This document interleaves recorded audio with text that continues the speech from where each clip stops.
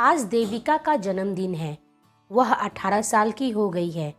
उसकी नानी माँ ने उसकी मनपसंद का खाना बनाई है। देविका के दोस्त भी शाम में बधाई देने उसके घर आने वाले हैं।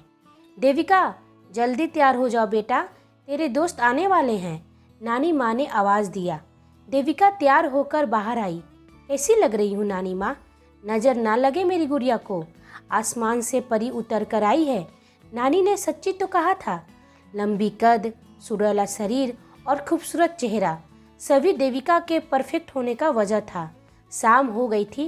देविका के सभी दोस्त आ चुके थे। उसकी बेस्ट फ्रेंड रिया भी आ चुकी थी। शाम बहुत खुश मिजाज बन गया था। तभी पैरों की आवाज़ ने सभी का ध्यान भंग कर दिया। कौन है? सभी मन में सोच रहे थे। देविका खुशी से चिल्लाते हुए बोली, माँ आप आ गई, आने में इतना समय क्यों लगाया? देविका का सवाल खत्म ही नहीं हो रहे थे। माँ ने कहा, चुप कर जा बेटा, तेरे लिए गिफ्ट लेने में देरी हो गई। किसी ने आज से पहले देविका की माँ को कभी नहीं देखा था। देविका अपनी दोस्तों को अपनी माँ से मिलाते हुए बोलती है, ये मेरी माँ है जो आज मेरा बर्थडे का मेरी तरफ से सरप्राइज गिफ्ट था। सभी देविका की माँ से मिलकर खुश थे। रिया ने देविका से बोली, अब समझ में आई कि तुम्हारी यह खूबसूरती तुम्हारी माँ से मिली है। यार, तेरी माँ कितनी सुंदर है, उनके चेहरे पर उम्र का प्रभाव भी नहीं दिखता है। देविका अपनी माँ की तारीफ सुनकर बहुत खुश हो रही थी। सभी दोस्त खाना खाकर अपने अपने घर चले गए। देविका अपनी माँ के गोद में सिर रखकर सोई हुई थी और उसकी माँ उसकी सर पर हाथ फेर रही थी। देविका ने कहा, माँ आप 1 साल बाद मुझसे मिलने आई है। अब आपको मैं कहीं नहीं जाने दूंगी। अब से आप हमारे साथ रहेंगी। माँ बोली, जानती हूँ बेटा, तुम मुझे बहुत याद करती हो, मैं भी तुम्हें याद करती हूँ, पर मेरा काम ही ऐसा है। पर वादा करती हूँ कि जब मैं अगली बार आऊँगी तो तुम्हें मैं अकेला छोड़कर कहीं नहीं जाऊँगी। देविका को अपनी माँ के काम के बारे में कुछ नहीं पता था। जब भी पूछती, उसकी माँ और नानी उसे बेवकूफ़ बना देती थी। देविका की माँ अपनी बेटी की हर इच्छा पूरी करती थी। अगले दिन वो फिर से अपने काम पर चली गई। देविका आस लगाए आने वाले समय का इंतजार करने लगी। समय अपनी गति से गुजर रहा था। देविका की माँ की ना अब फोन आता था और ना ही कोई खबर आई थी। देविका ने अपनी नानी माँ से पूछती है, नानी माँ, माँ कहाँ है? उनकी कोई खबर भी नहीं आ रही है। इधर नानी माँ भी परेशान थी कि इतना समय तो देविका की माँ ने कभी लगाया ही नहीं था। देविका को बताई भी तो क्या बताएं। साल गुजर गए। देविका को भरोसा था कि उसके जन्मदिन पर उसकी माँ जरूर आएगी, पर नहीं आई। देविका गुस्से में घर के सारे सामान फेंकते हुए बोलती है, झूठी है वो, धोखा दिया है मुझे। उन्हें अपना काम मुझसे ज़्यादा प्यारा है। बचपन से उनके साथ के लिए तरस गई, परंतु हर बार वादा करके मुकर जाती है। आज के बाद उनका मेरे साथ कोई रिश्ता नहीं है। इधर नानी माँ अपनी आंसू को छुपाते हुए देविका को संभाल रही थी। देविका को अपनी माँ से नफरत हो गई थी। देविका की दोस्त रिया देविका के घर एक दिन आती है और बोलती है, देविका, हमारा कॉलेज खत्म हो गया है, इसलिए मैं अपने गांव वापस जा रही हूँ। मेरे गांव में हर साल देवी माँ की पूजा होती है। काफ़ी दूर दूर से लोग आते हैं। तुम भी चलो मेरे साथ, तेरा मन भी लग जाएगा। देविका ने कहा, नहीं यार, यहाँ नानी माँ अकेली पड़ जाएंगी। ऐसे भी मुझे किसी देवी देवता में भरोसा नहीं है। तभी नानी माँ ने कहा, घूमने के बहाने चली जा बेटा, मैं तेरी मासी को कुछ दिनों के लिए बुला लूँगी, तेरा भी मन लगा रहेगा। नानी माँ को रिया पर पूरा भरोसा था। फिर वो रिया से बोलती है, इसका ध्यान रखना बेटा, तुम्हारे भरोसे जाने दे रही हूँ। रिया ने कहा, चिंता मत करो, सहारनपुर ज़्यादा दूर नहीं है। और दोनों निकल गए। नानी सहारनपुर का नाम सुनकर चिंतित हो गई। अब वह चाहकर भी देविका को रोक नहीं पा रही थी। भगवान से प्रार्थना करते हुए अपनी बेटी की सलामती की दुआ कर रही थी। रिया और देविका गांव पहुंच गए थे। रिया गांव के बहुत बड़े महंत की बेटी थी। उसके गांव में सभी लोग उसके पापा को भगवान की तरह पूजते थे। गांव के लिए हर फैसला रिया के पापा महेश्वर सिंह ही लिया करते थे। वे गांव की भलाई के लिए बहुत काम किए थे। देविका ने रिया से बोला, तुम्हारा गाँव बहुत सुंदर लगा, लगता ही नहीं कि यह कोई गाँव है। रिया ने कहा, देवा की कृपा है इस गांव पर। देविका ने बोला, यह कौन है? रिया ने कहा, यह हमारे देवता हैं, इनका बहुत बड़ा मंदिर है मेरे गांव में। इस मंदिर के महंत है मेरे पिताजी। देविका ने मुस्कुराकर हामी भर दिया। दोनों घर पहुंच गए। सभी देविका की खूबसूरती की तारीफ कर रहे थे। महेश्वर सिंह अभी घर पर नहीं थे। घर में रिया की माँ दादी थी। देविका सभी से मिलकर खुश थी। महेश्वर सिंह मंदिर से लौटकर आए तो रिया ने उनके गले से लगाकर खुश हो गई। महेश्वर सिंह ने बोला, आ गई मेरी गुड़िया, कैसा रहा तेरा कॉलेज? रिया ने बोला, बहुत अच्छा था पापा, पर आपको मैंने बहुत याद किया। दूर खड़ी देविका बाप बेटी का एक दूसरे के प्रति प्यार देखकर उसकी आंखों में आंसू आ गए थे। बचपन से अपने पापा का प्यार तो छोड़ो, उनको देखा भी नहीं था। रिया देविका को पुकारते हुए बोलती है, मेरी बेस्ट फ्रेंड देविका है, देवी माँ की पूजा के लिए आई है। देविका ने मुस्कुराकर उनको प्रणाम किया। महेश्वर सिंह देविका को एक टक से देखे जा रहे थे। देविका को थोड़ा अजीब लगा। देविका रिया से पूछती है, तुम्हारे पापा ने कोई जवाब नहीं दिया? रिया ने कहा, मेरे पापा थोड़े गंभीर है, किसी को अपनाने में उन्हें समय लगता है। सभी रात का खाना खाकर सोने चले गए थे। रामेश्वर सिंह बार बार देविका के बारे में सोच रहे थे। मन में अजीबोगरीब सवाल पैदा हो रहे थे। इधर देविका को अनजान जगह पर नींद नहीं आ रही थी, इसलिए अपने कमरे की खिड़की पर जाकर चांद को निहार रही थी। तभी उसे दरवाज़ा खोलने की आवाज़ आती है। इतनी रात को बाहर कौन जा रहा है? यह तो अंकल है। उसने घड़ी की तरफ देखा, लगभग 1 बज रहे थे। देविका बिस्तर पर जाकर सो गई। सुबह होने पर महेश्वर सिंह अपनी बेटी के साथ बात कर रहे थे। तभी देविका ने बोला, अंकल आप रात को कहाँ गए थे? रिया और उसके परिवार वाले देविका को हैरानी से देख रहे थे। आज तक ऐसे सवाल पूछने की हिम्मत किसी ने नहीं किया था। रिया की दादी ने बोला, ऐसा सवाल कौन पूछता है, उसे बहुत सारे काम रहते हैं। रामेश्वर सिंह ने बोला, रहने दो माँ, ये मेहमान है हमारे यहाँ, कहाँ पता है यहाँ के नियम कानून। रिया ने बोला, देखो देविका, मेरे पापा से घर तो छोड़ो, पूरा गांव के लोग भी सवाल नहीं करते हैं। वह जो करते हैं इस गांव की भलाई के लिए करते हैं। देविका को यहाँ सब कुछ अजीब लग रहा था। उसे हर कोई रिया के पापा का कठपुतली लग रहा था। आज गांव में देवी माँ की पूजा का आयोजन हो रहा था। उसके लिए पहले देवदासी का चयन होना बाकी था। अरे यहाँ इतनी सारी लड़कियाँ सज धज के किसके लिए आई हैं? रिया ने कहा, यह सभी देवदासी बनना चाहती हैं। पूरे प्रदेश से चयन होगा। देवा का सेवा करने वाला, पूरी जिंदगी देवा को समर्पित होना ही इनके जीवन का लक्ष्य होगा और उसका चयन मेरे पापा करेंगे। देविका ने पूछा, यह तो गलत है, किसी को इस तरह से पूरी जिंदगी भगवान की सेवा करनी होगी? आज के ज़माने में ऐसा कौन करता है? रिया देविका को चुप कराते हुए बोली, चुप हो जा, किसी ने तेरी बात सुन ली तो अनर्थ हो जाएगा। उस दिन के बाद देविका को नींद आना बंद हो गया था। वह हर वक्त महेश्वर सिंह पर नजर रखती थी। रात का समय था। देविका आज महेश्वर सिंह का पीछा करने को तैयार थी। जैसे महेश्वर सिंह घर से बाहर निकले, देविका उनका पीछा करने लगी। महेश्वर सिंह देवा के मंदिर के अंदर चले गए और फाटक बंद कर दिया गया। देविका को अंदर जाने का कोई रास्ता नहीं मिल रहा था, इसलिए वो घर वापस आ गई। क्यों ना अंकल के कमरे में तलाशी लिया जाए। कमरा बंद था। देविका खिड़की के सहारे उनके कमरे में चली गई। कमरे की तलाशी लेते समय उसके हाथ एक तस्वीर लगी। यह तो मेरी माँ है। यह फोटो इस घर में कैसे आ गई? मेरी माँ इस गांव में क्या कर रही थी? क्या रिश्ता है इस घर से मेरी माँ का? मेरी माँ का इस गांव से क्या रिश्ता है? कई सवाल उसके मन में आ रहे थे। सुबह हो गई थी। देविका मन बना लेती है कि वह अपने सारे सवालों का जवाब ढूंढेगी, परंतु वह जानती थी कि यह सब अकेले करना संभव नहीं है। रिया की मदद लेने की सोची। रिया बोली, यह क्या बोल रही हो तुम देविका? तुमने ऐसी बात सोची भी कैसे कि मेरे पापा कुछ गलत कर रहे हैं? पूरा गांव उनको भगवान की तरफ पूजता है और उन्होंने किसी के साथ इस गांव में अन्याय नहीं किए हैं, और तुम मेरे पापा पर सवाल उठा रही हो। देविका ने रिया को शांत करते हुए बोलती है, मैंने सवाल किया है, आरोप नहीं लगा रही हूँ। तुम्हें मेरी बात पर भरोसा नहीं है, कोई बात नहीं। यह तस्वीर देखो। देविका ने अपनी माँ की तस्वीर दिखाई। यह तुम्हारी माँ की तस्वीर है और यह देवदासी की वेशभूषा में क्यों है? देविका ने बताई कि यह तस्वीर तुम्हारे पापा के कमरे से मिला है। रिया ने कहा, तू मेरे पापा के कमरे में कब चली गई थी? वहां जाने की किसी को इजाजत नहीं है। अगर किसी ने यह उनको बता दिया तो तेरी जान ले लेंगे मेरे पापा। पर तुम गई कैसे? खिड़की के रास्ते से चली गई थी। रिया, मैं तुम पर भरोसा करके यहाँ आई थी। एक बार तुम मुझ पर भरोसा कर लो। रिया जानती थी कि देविका झूठ नहीं बोलती है, बिना वजह कोई भी काम नहीं करती है, परंतु वह अपने पापा के खिलाफ भी नहीं जा सकती थी। जितना भरोसा उसे देविका पर था, उतना ही भरोसा उसे अपने पापा पर भी था। रिया बोली, ठीक है देविका, यदि तुम गलत साबित हुई तो तेरी और मेरी दोस्ती उसी दिन से खत्म हो जाएगी। पूरी जिंदगी मैं तुम्हें माफ़ नहीं करूँगी। बताओ क्या करना है। देविका ने कहा, मुझे देवदासी बनकर उस मंदिर के अंदर जाना है। मंदिर के अंदर से ही पता चलेगा कि मेरी माँ का क्या रिश्ता है इस गांव से। रिया ने कहा, यह कैसे संभव है? उधर देवदासी चुनने की प्रक्रिया शुरू हो चुकी है और तुम्हें सभी पहचानते हैं। देविका ने कहा, अभी प्रक्रिया शुरू हुई है, उनका चयन नहीं हुआ है। मैं यहाँ से कल ही वापस अपने घर जाने के लिए निकलूंगी, पर वास्तव में मैं मेले में देवदासी का रूप लेकर भाग लूंगी। तुम्हें बस अपने पापा को इस प्रक्रिया से दूर रखना है, बाकी मैं वहाँ संभाल लूंगी।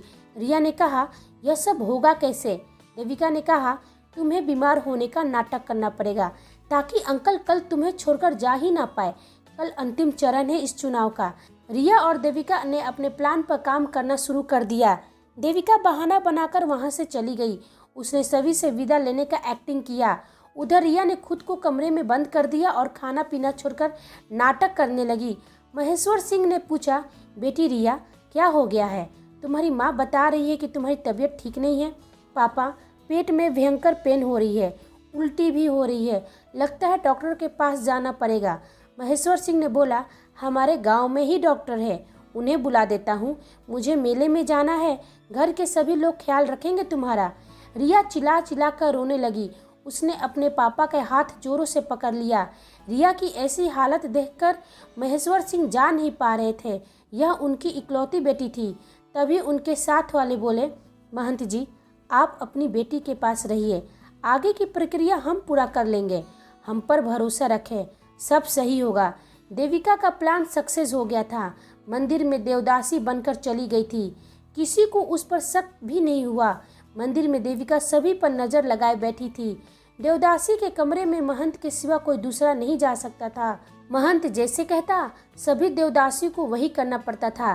देवा की पूजा, मंदिर के अन्य कार्यों में भाग लेना देविका बढ़ चढ़कर किया करती थी। मंदिर में सब उसे ठीक लग रहा था, कहीं शक की कोई गुंजाइश नहीं थी। मंदिर में एक बहुत पुरानी दाई थी। देविका की उससे नज़दीकियाँ बढ़ने लगी थी। एक दिन देविका ने उससे पूछा, अम्मा, यहाँ पर सभी देवदासी आप ही की निगरानी में रहती है, फिर मरने के बाद देवदासियों के साथ क्या होता है? अम्मा बोली, उनके शरीर को गुप्त तरीके से मंदिर के बाहर परिसर में ही दफना दिया जाता है, फिर उनके स्थान पर नई देवदासी का चयन होता है। देविका ने फिर पूछा, आपकी नज़र में देवा की सबसे प्रिय देवदासी कौन होती है? अम्मा बोली, देवा को तो सभी प्रिय हैं, मगर एक देवा की सबसे प्रिय थी, दिखने में बिल्कुल तुम्हारी तरह ही सुंदर थी, महंत जी की विशेष थी, पर एक दिन इस मंदिर पर धब्बा बन गई, सभी के भरोसे को तोड़ दिया। उसकी अच्छाई की वजह से यहाँ कोई भी उस पर शक नहीं करता था, लेकिन उसने हम सबको धोखा दे दिया। तब से यहाँ कोई भी व्यक्ति महंत जी के आदेश के कारण उसका नाम तक नहीं लेता है। देविका ने पूछा, कौन थी वो और ऐसा क्या काम किया जो आप सब उससे इतना नफरत करने लगे?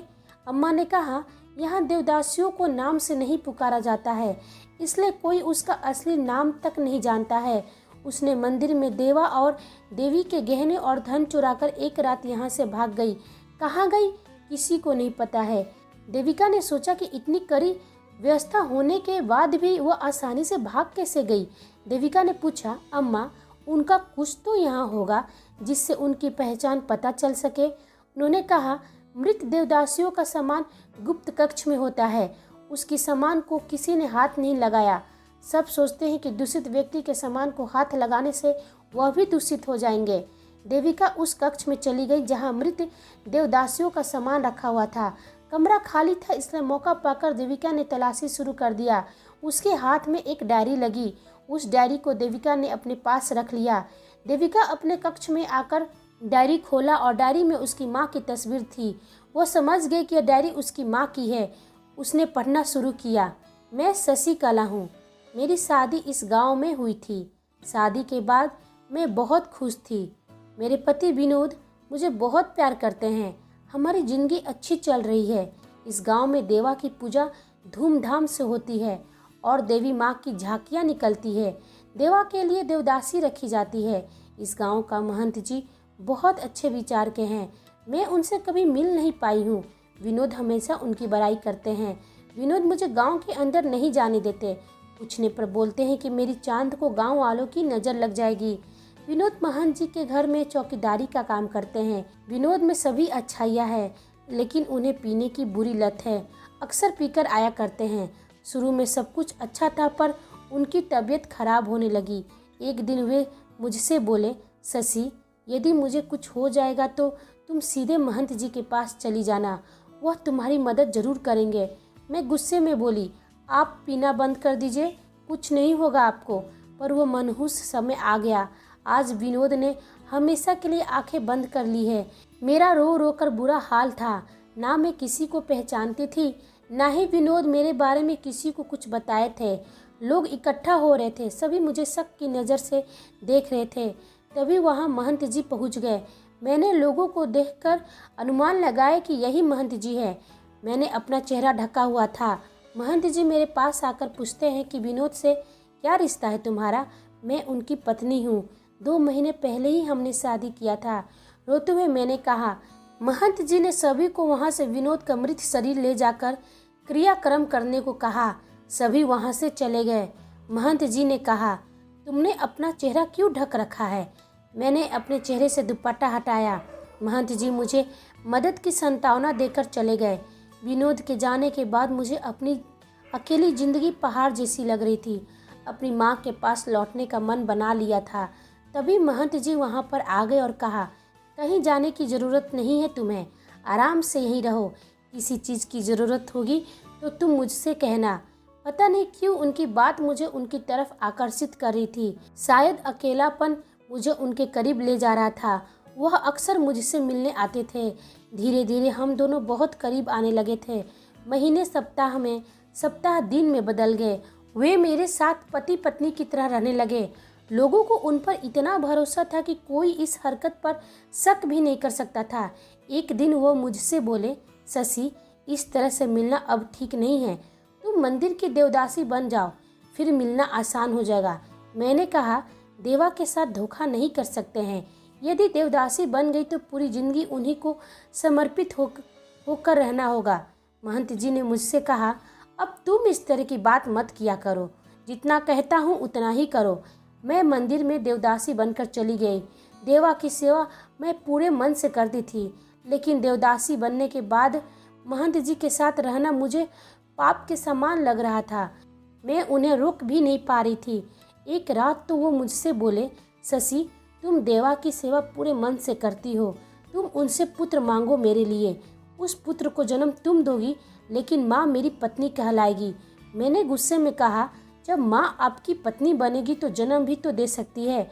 महंत जी ने कहा, मेरी पत्नी कुछ दिन पहले ही पुत्री को जन्म दिया है, अब वो कभी भी दोबारा माँ नहीं बन सकती है। गांव वाले तुम्हें देवदासी समझते हैं, उनको तुम्हारी असलियत नहीं पता है।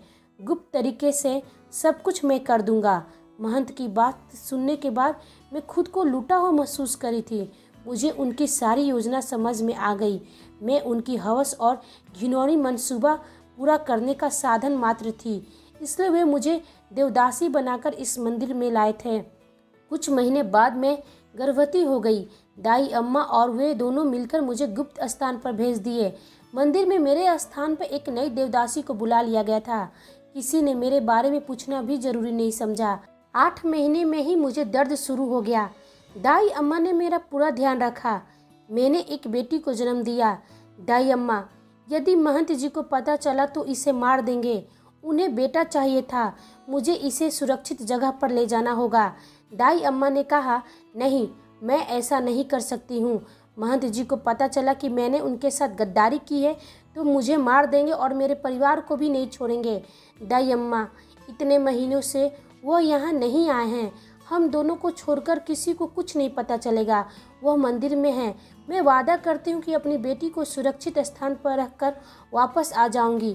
दाई माँ को मुझ पर दया आ गई, मुझे जाने दिया और मैं अपनी बेटी को अपनी माँ के घर छोड़कर वापस चली आई। दाई माँ ने पूछा, अब महंत जी को क्या बताएंगे? वह हम दोनों को मार देंगे। मैंने कहा, आप डरिए मत, आप बस इतना खबर कर दीजिए कि मैं गिर गई और बच्चा पेट में ही मर गया है। वह आप पर बहुत भरोसा करते हैं। आपकी बात सुनकर वो यहाँ आने का जोखिम नहीं उठाएंगे। दाई अम्मा ने वही किया जो मैंने कहा था। महंत जी मुझे मंदिर में दोबारा बुला लिए। वह फिर से बेटा पाने की लालसा में मेरे करीब आने लगे थे, लेकिन इस बार मैं उनकी जाल में नहीं फंसने वाली थी। मैंने कई साल से अपनी बेटी को ना देखा है, ना उससे मिल पाई हूँ। धोखा पाकर मैंने खुद को संभाल लिया था। अब मैं महंत के बच्चे को जन्म देना ही नहीं चाहती थी। कई साल गुजर गए, उनको मेरे साथ ऐसे ही समय बिताए, लेकिन उन्हें निराशा ही हाथ लगी। धीरे धीरे मैं मंदिर के लोगों का भरोसा जीतने लगी थी। देवा के प्रति मेरा भक्ति देखकर सभी मुझ पर खुश रहा करते थे। समय के साथ देवदासियों को महीने में एक दिन उनके सगे संबंधियों से मिलने की अनुमति मिल गई थी। यहाँ किसी को मेरे परिवार के बारे में कुछ पता नहीं था, इसलिए मेरे लिए वह एक दिन अमृत के समान था। मैं अपनी बेटी से मिलने उसके जन्मदिन पर चली जाती थी, यह बहाना बनाकर कि मेरी माँ बीमार रहती है। ऐसे ही 18 साल गुजर गए। अब मेरे स्थान पर नई देवदासी आने वाली थी, इसलिए मैंने मंदिर से भागने की योजना बना रखी थी। बेटी से जो वादा किया था कि अगले जन्मदिन पर हमेशा के लिए उसके पास चली आऊंगी। देविका सोचने लगी, आगे क्या हुआ होगा मेरी माँ के साथ। अब महंत से आमना सामना करने का समय आ गया है, इसलिए मंदिर जिसमें महंत का अपना कक्ष था, देविका उसमें चली गई। देवदासियों को महंत जी के कक्ष में जाने की अनुमति थी। महेश्वर सिंह ने देविका को देखते हुए बोला, तुम यहाँ कैसे आ गई? तुम तो अपने घर चली गई थी ना, यहाँ देवदासियों की वेशभूषा में क्या कर रही हो? देविका बोली, शशिकला के साथ क्या किया तुमने? शशिकला का नाम सुनकर महेश्वर सिंह विचलित हो गया। तुम कौन हो लड़की? मुझे तुम पर पहले ही शक था। क्या रिश्ता है शशिकला के साथ? देविका ने कहा, वह सब बातें बाद में होगी। तुम्हारा गंदा राज मेरे सामने खुल चुका है। जिसे भगवान मानकर तुम्हारा परिवार गांव के लोग पूजते हैं, वह असल में राक्षस है। सभी को तुम्हारी असलियत पता होनी चाहिए। महेश्वर सिंह ठहाके मारकर हंसते हुए बोलता है, जाओ सभी को बता दो, कौन विश्वास करेगा तुम्हारा? यही गलती वह देवदासी शशिकला भी करने जा रही थी, परंतु मैंने ऐसा जाल फेंका कि आज पूरा गांव वाले उससे नफरत करते हैं। चलो तुमको इतना तो बता ही सकता हूँ कि उस शशिकला के साथ मैंने क्या किया है। मुझे बेटा चाहिए था जो मेरे बाद मेरा विरासत संभालता, लेकिन मेरी पत्नी मेरी बेटी के जन्म के बाद दोबारा मां नहीं बन सकती थी और मैं गांव का आदर्श होने की वजह से दूसरी शादी नहीं कर सकता था। शशिकला को कोई नहीं जानता था इस गांव में, इसलिए मेरा काम आसान बन गया, लेकिन उसने मुझे धोखा दिया। इतने साल बाद भी जब मां नहीं बन पाई तो मैं समझ गया कि वह गर्भ निरोधक गोलियां इस्तेमाल कर रही है। पिछले साल मुझे मंदिर का खजाना लुटते हुए उसने देख लिया था। मुझे देखकर बोली, तुम क्या कर रहे हो? मुझे लगा था कि तुम बेटा पाने की लालसा में चरित्रहीन बन गए हो, लेकिन यह खजाना मंदिर और गांव वालों का है। मैं इसे तुम्हें लूटने नहीं दूंगी, सभी को तुम्हारी सच्चाई बताकर रहूंगी। मैंने उसे बहुत समझाया पर वो मानी नहीं। मुझे गुस्सा आ गया। यदि मेरा राज सभी को पता चल जाता तो अनर्थ हो जाता, और मैंने उसका गला दबा दिया। फिर उसकी लाश अपने कुछ विश्वसनीय आदमियों के हाथों फेंकवा दिया। आगे क्या हुआ तुम्हें तो पता है। मंदिर के खजानों से गांव का थोड़ा भला कर देता हूँ, बाकी खुद की भलाई के लिए इसका इस्तेमाल करता हूँ। अब तुम बताओ, तुम कौन हो और यहाँ तक कैसे पहुँच गई? देविका ने अपनी और महंत की सारी बातें अपने चुपके से मोबाइल में रिकॉर्ड कर लिया और रिया को सेंड कर दिया था।